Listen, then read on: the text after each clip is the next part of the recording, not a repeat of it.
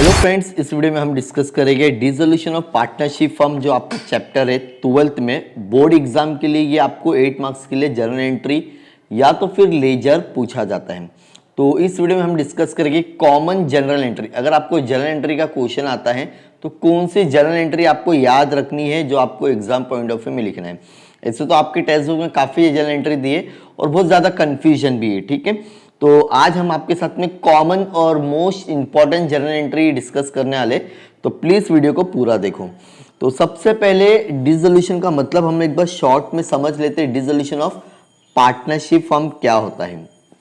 तो डिसोल्यूशन का मतलब होता है बंद होना, और पार्टनरशिप फर्म मतलब होता है जब दो पार्टनर मिलके एक बिजनेस रन करते हैं और वो पूरा पार्टनरशिप मतलब पूरी कंपनी को अपनी क्या कर रहे हैं, वो डिसॉल्व कर रहे हैं, मतलब वो बंद कर रहे हैं। दोनों अपना प्रॉफिट लेके जो भी लॉस हुआ वो डिस्ट्रीब्यूट करके पूरा बिजनेस ही क्या कर रहे हैं, शट डाउन कर रहे हैं। पूरा बिजनेस वो पार्टनर छोड़ के नहीं जा रहा, किसी को ऐड नहीं कर रहे। जरा समझो, मतलब अपने पूरे बिजनेस को क्या कर रहे हैं, पूरी तरीके से वो बंद कर रहे हैं, ठीक है। जब वो बंद करते हैं तो रीजन क्या क्या हो सकते हैं। हो सकता है कि दोनों पार्टनरशिप की जो उन्होंने एग्रीमेंट किया होगा कि 2 साल का पार्टनरशिप है, हम लोग अभी बंद कर देंगे, तो वो एक रीजन हो सकता है। सेकंड रीजन क्या हो सकता है कि शायद उन लोगों को लॉस हो रहा होगा या तो उन लोगों में डिस्प्यूट हो रहा था। ऐसे बहुत सारे रीजन हो सकते हैं जिससे हम क्या करते हैं, डिसोल्यूशन अपने पार्टनरशिप को खत्म कर देते हैं।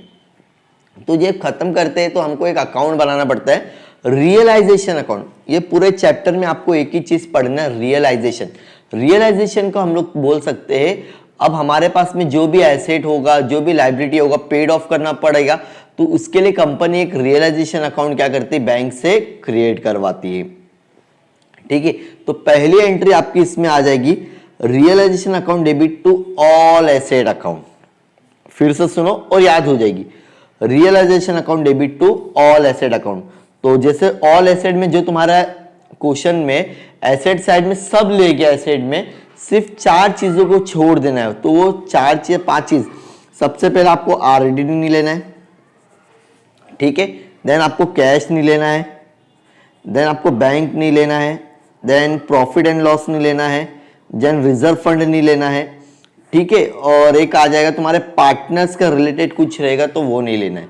फिर से आप सुनेंगे क्या क्या बोल रहा हूं, वो एसेट में क्या क्या नहीं, सब लेंगे, सिर्फ 4 चीज को छोड़ दोगे। तो पहला क्या है तुम्हारा आरडीडी, ठीक है। देन है आपका प्रॉफिट एंड लॉस,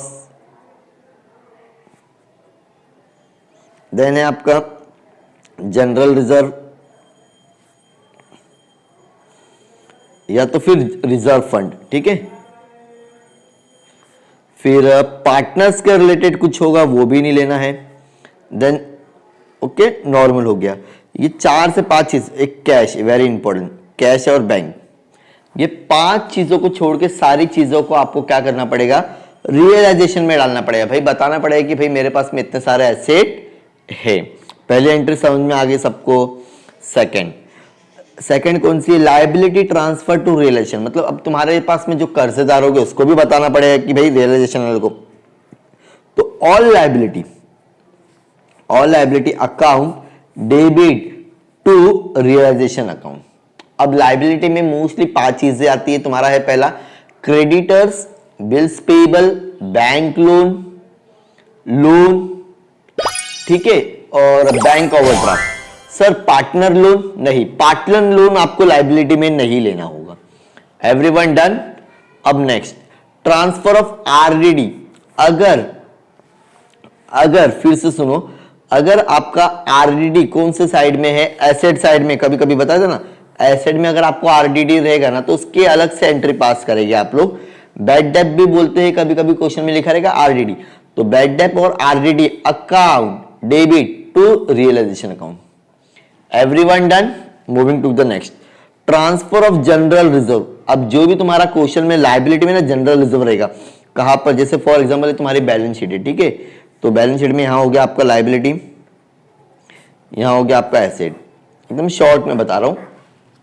तो अगर आपको general reserve, profit and loss liability side में, किधर, लायबिलिटी साइड में, ठीक है, तो इसको कैसे एंट्री पास करेंगे आप लोग, जनरल रिजर्व या तो रिजर्व फंड या तो प्रॉफिट एंड लॉस, कोई भी एक होगा, तीनों नहीं होगा, टू ऑल पार्टनर अकाउंट, जैसे कि दो पार्टनर तो नॉर्मली रहते, to A partner capital account, to B capital account, तो दोनों में डिस्ट्रीब्यूट करेंगे। फॉर एग्जांपल आपका क्वेश्चन में दिया है जनरल रिजर्व 8000, कितना दिया हुआ है 8000 दिया हुआ है, और क्वेश्चन में बोला है इक्वली बांटने, तो क्या करेंगे आप लोग यहाँ पे लिखोगे 8000, ठीक है, और यहाँ पे आ जाएगा तुम्हारा 4000 और यहाँ आ जाएगा तुम्हारा 4000, ताकि दो एंट्री पास करेंगे ना आप लोग, तो टू ए कैपिटल अकाउंट हो जाएगा, to B capital account. Done, fourth entry also done, very good.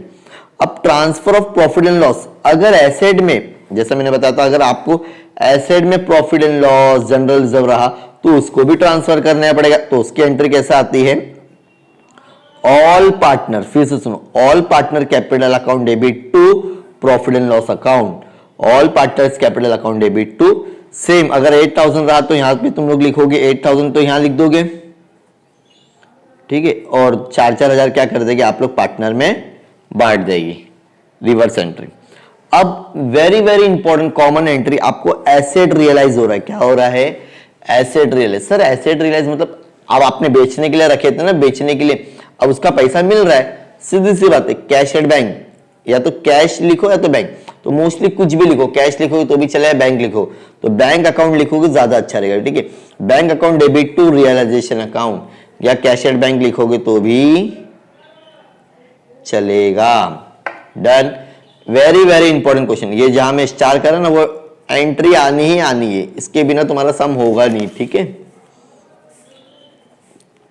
4 entry एकदम अच्छे से आप लिख के ले लो, ये आपकी एसेट रियलाइज हो रही, कौन सी एंट्री है ये, एसेट रियलाइज हो रहा, ठीक है। अब थोड़ा सा आगे बढ़ते हैं हम लोग, एंट्री नंबर 7, अगर कोई एसेट पार्टनर लेके जाएगा तो क्या होगा सर, एंट्री ये दे, partners capital account debit to realisation account debit, ठीक है, जो भी लेके जा रहा होगा उसका नाम लिखना है और नीचे लिखना रियलाइजेशन, और नरेशन में लिख देंगे for example Rajeev building taken over by Rajeev. अगर वही बात हम करते हैं पेमेंट में, जैसा आपको लाइबिलिटी को पे करना है तो उसको एंट्री कंपलसरी पास करना ही है, तो realisation account debit to cash at bank, या तो सिर्फ बैंक लिखोगे तो भी चलेगा। ये जो डेबिट लिखते हैं ना आप लोग, उसका अमाउंट हमेशा डेबिट साइड में आता है, और जहां टू लिखते हो उसका अमाउंट हमेशा क्रेडिट साइड में आता है। अगर कोई लाइबिलिटी पार्टनर डिस्चार्ज कर रहा, मतलब क्रेडिटर फॉर एग्जाम्पल क्वेश्चन में 20,000, वो पार्टनर क्या बोलता है, वो 20,000 में पे कर दूंगा, पे कर दो कोई इश्यू नहीं, तो उसकी एंट्री कैसे बन जाएगी तुम्हारी, realisation account debit to partners capital account. Everyone done.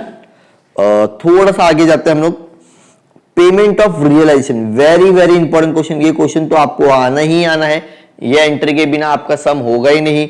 आपने ये सब जो इतना झमेला किए, मतलब इतना जो प्रोसेस किए, तो इसकी फीस तो लगेगी कोर्ट के थ्रू, तो इसमें एंट्री क्या बन जाएगी आपकी, realisation account debit to cash and bank. Sir cash and bank दोनों लिखना है क्या, सिर्फ टू बैंक लिखोगे तो भी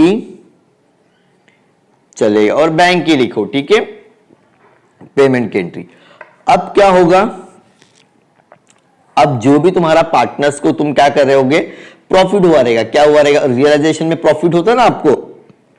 फॉर एग्जांपल आपने रियलाइजेशन अकाउंट बनाया, ठीक है, क्या बनाया, रियलाइजेशन अकाउंट बनाया, इधर आपने यहां लिखे थे आपने पूरा, ये तुम्हारा पूरा क्या इनकम है, फॉर एग्जांपल यहाँ पे 40,000 आया, ठीक है, और यहाँ पे 20,000, तो 10,000 आपने क्या किए, प्रॉफिट बांटे, किस में बांटे, पार्टनर्स में शेयर किए। तो जब भी अगर पार्टनर्स को प्रॉफिट होता, कब, रियलाइजेशन में, कब, रियलाइजेशन में, तो एंट्री कैसे बन जाएगी, realisation account debit to partners capital account, तो इसमें 2 एंट्री आएगी, बिकॉज एक पार्टनर तो होगा नहीं, पार्टनर मतलब 2 हो जाएंगे, realisation account debit to A partner capital account, B capital account, ठीक है।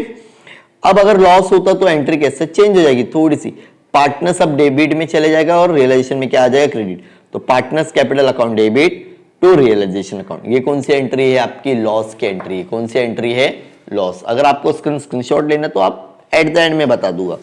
अब लास्ट में क्या होगा, आपको पे करना पड़ेगा, if the cash profit by the, अगर आपका कैश बच जाता है, क्या हो जाता है, तो क्या होगा, तो पार्टनर्स को पे करना पड़ेगा, इफ द कैश प्रॉफिट, तो क्या करेंगे तुम लोग, पार्टनर से कैश जाएगा कहां पर, पार्टनर के पास में कैश आ जाए, जो भी पैसा बच जाएगा क्या हो जाएगा, अगर पैसा कुछ बचता है, एट द एंड सब कुछ आपने पैसा ऐसा पे कर दिए, ये प्रॉफिट नहीं हो रहा, ठीक है, सब कुछ हो चुका है, अब कैश बच गया, क्या हो गया, कैश बच गया, तो कैश आपके अकाउंट में आएगा और पार्टनर्स के पास में से चले जाएगा। या तो फिर इसकी रिवर्स एंट्री होती है, ये मोस्ट कॉमन 13 एंट्री से, इसके बाद में एक एंट्री और से रिवर्स में हो जाएगा, ठीक है, क्या हो जाएगा वो रिवर्स में। तो ये नॉर्मल 14 एंट्री से जो आपको एग्जाम पॉइंट ऑफ व्यू के लिए याद करना है। आने वाले टाइम पे हम लोग इसके 1 से 2 क्वेश्चन कवर करेंगे तो आपको एक डाउट्स क्लियर हो जाएगा। अगर आपको इसका स्क्रीनशॉट लेना तो ले सकते हैं, बिकॉज आपके टेक्स्ट बुक में आपको बहुत ज़्यादा कन्फ्यूजन किया हुआ है, तो आप ले सकते हैं स्क्रीनशॉट अगर आपको लेना है तो।